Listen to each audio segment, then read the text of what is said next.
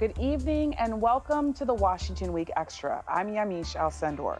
As the war in Europe continues, President Biden says he is trying to blunt the economic effects here in the U.S. This week, inflation climbed to a 7.9%, hitting a 40-year high.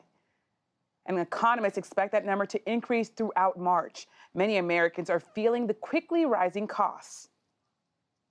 It is really killing us out here. I mean, it's crazy. I was just talking today with my wife and with my father-in-law. It's like, I think, dollar and a half more than last week. So many Americans can, in some ways, I think, really be familiar with their feelings. Joining me tonight to discuss this and all the anxiety out there is Sahil Kapoor, senior national political reporter for NBC News, and MJ Lee, White House correspondent for CNN. Well, thank you both for being here on set. So happy to have people in front of me that I can talk to.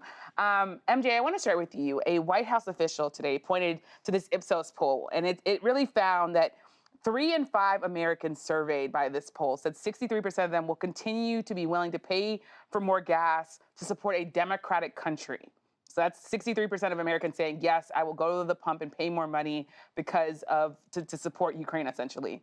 But a Wall Street Journal poll shows a majority of voters, 63%, said they disproved of President Biden's handling of rising costs. It's sort of this double-edged sword, 63% being the common number there.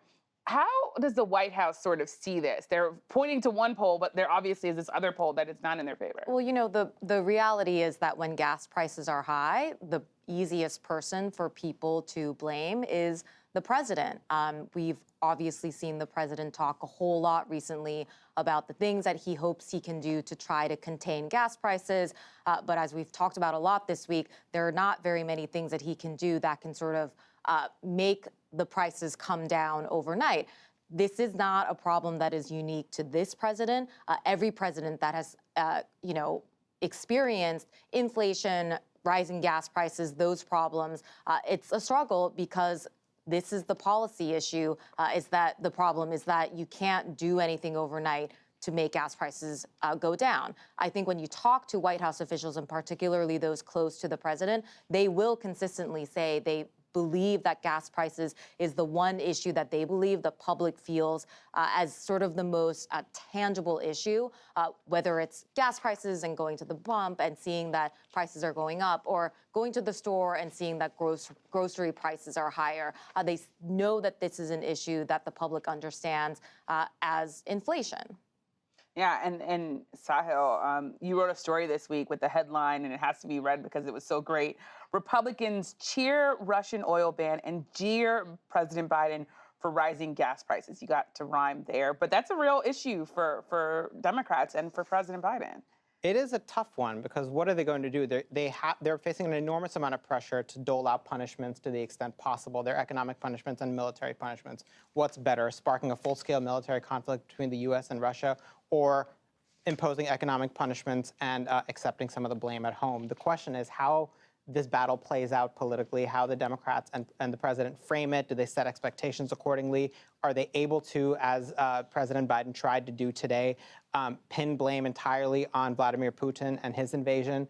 Or do voters end up blaming the president? I mean, the reality is voters don't always look at these things in a super nuanced way. They don't study the details of what is the president doing, what can he do, what do his opponents want to do. If they feel frustrated, they take it out on the incumbent. And that is the biggest challenge that Democrats face going into 2022. And if I could just quickly say, I think inflation and particularly high gas prices, that's the reason that this White House is having a hard time selling some of the more positive data points that we've seen in the economy, whether it's wage growth, jobs growth, GDP growth. I think people hear those terms and it doesn't really translate to them as, oh, the economy is working well for me, because for them, their everyday experience is more defined by going to the gas pump and seeing that it costs so much more to fill up their gas tank, going to the grocery store and seeing that everything costs so much more. So it's almost impossible for this White House to tout that there has been economic progress, which there certainly has been, as long as inflation remains an issue. Yeah. And it's a good point to think about sort of how the White House is trying to push out the good news, but having to really deal with Americans really focused on the bad news.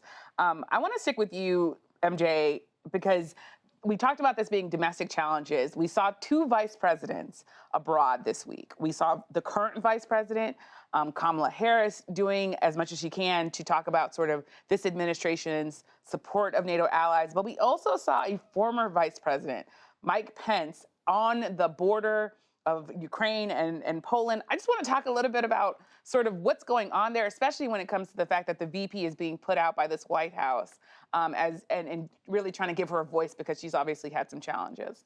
Well, for both vice presidents that we're talking about, these were big foreign policy trips, or they certainly wanted them to be big foreign policy trips. For this vice president, certainly foreign policy is an area where she has a little bit less experience, to put it lightly, than the president. And it was a really important test for her, right? Can she sort of rise to the moment, speak with authority, speak on behalf of the president and the American people, and really sort of make it known to the United States' allies that we are with you and we're, all doing this together. As for the former vice president, I think that maybe we should be talking about 2024 and 2024 aspirations.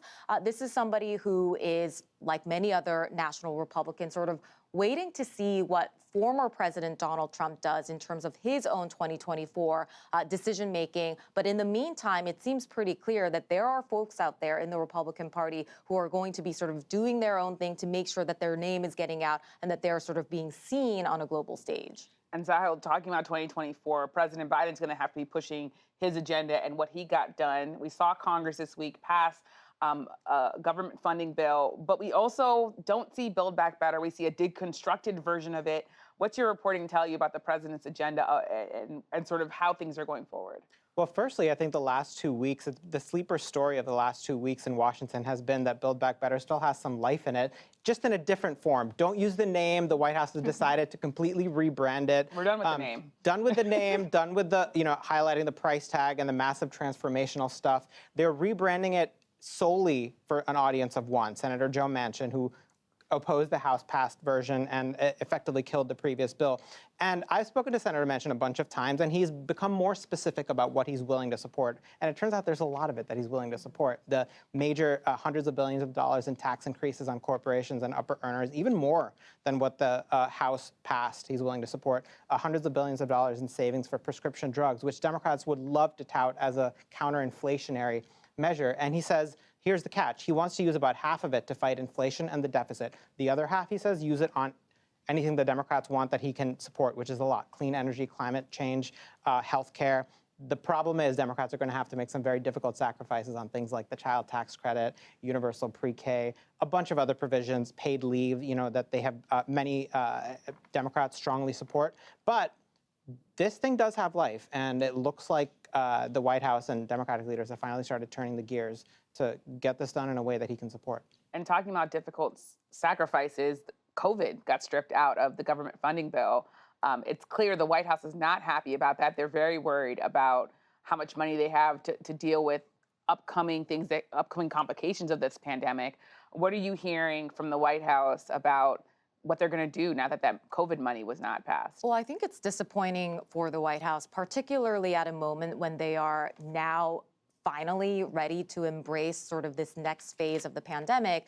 For the entirety of Joe Biden's presidency so far, he has been running a country that has come under all these pandemic measures. And finally, we are at a point where people feel like, and health officials that they're consulting with feel like, yeah, we are ready to move on to sort of stage 2, where we are sort of living with the pandemic, but it isn't necessarily sort of the front page story every day. It isn't necessarily sort of, the first questions that Jen Psaki might get asked about at the White House briefing. So this idea that the money that is desperately needed to make sure that they are moving to this next stage might not be there, that is very, very disappointing for them.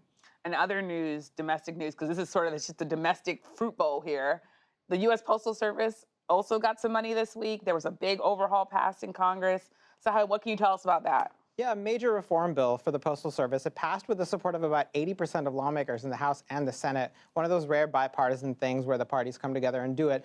It makes a number of changes to the post office. So it sets mail delivery for 6 days a week.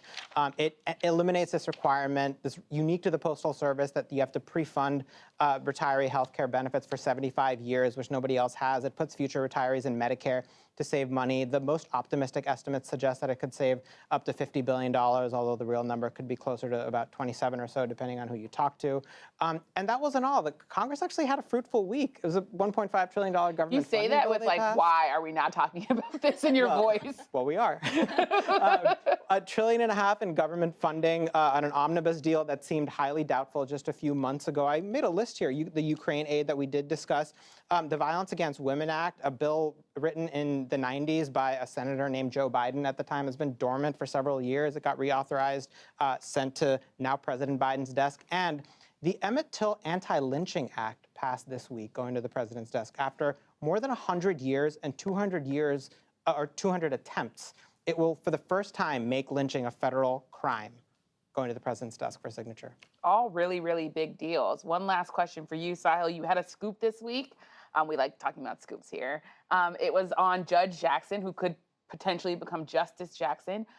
Talk about your scoop and what the latest is with her nomination. 59 former Justice Department officials, including some heavy hitters like former AG Loretta Lynch and a former acting AG Sally Yates, put out a letter to the top Democrat and Republican on the Judiciary Committee championing Judge Jackson's nomination for the Supreme Court. And this comes as she's making the rounds on Capitol Hill, meeting with the key senators she needs to get confirmed. Two crucial votes to watch: Senator Joe Manchin, who we just talked about, the Democrat from West Virginia, and Senator Susan Collins, the Republican from Maine. If there is any bipartisan support to be had, it starts with her. And both of them had very positive things to say after meeting with her. So far, so good for turning Judge Jackson into Justice Jackson. Even though I said it was the last question, in some ways, I just watching MJ, thinking about the list that Sahil just laid out, the Supreme Court Justice, the White House still is like, in some ways, looking at all of this and saying, we are doing good things, but what's their plan for getting that out there, for making sure people know? It is very, very difficult. You look at the last, 2-3 weeks, this White House and this president has been completely consumed by foreign policy and what is going on with Russia and Ukraine. It's difficult for him when he has opportunities to interact with reporters to not get asked about that, as he should be, because there is a war going on. It's difficult for White House Press Secretary Jen Psaki to not get questions, and a lot of questions at that, about the war. So yeah, it is going to be a challenge for them to talk about some of the positive accomplishments that they think that they are having, and anything else sort of on the domestic agenda, which they do feel like they need to turn to, particularly as we start getting closer to the midterms. Well, a lot to talk to. We'll have to leave it there tonight. Thank you so much for our guests for joining us in studio and for sharing your reporting.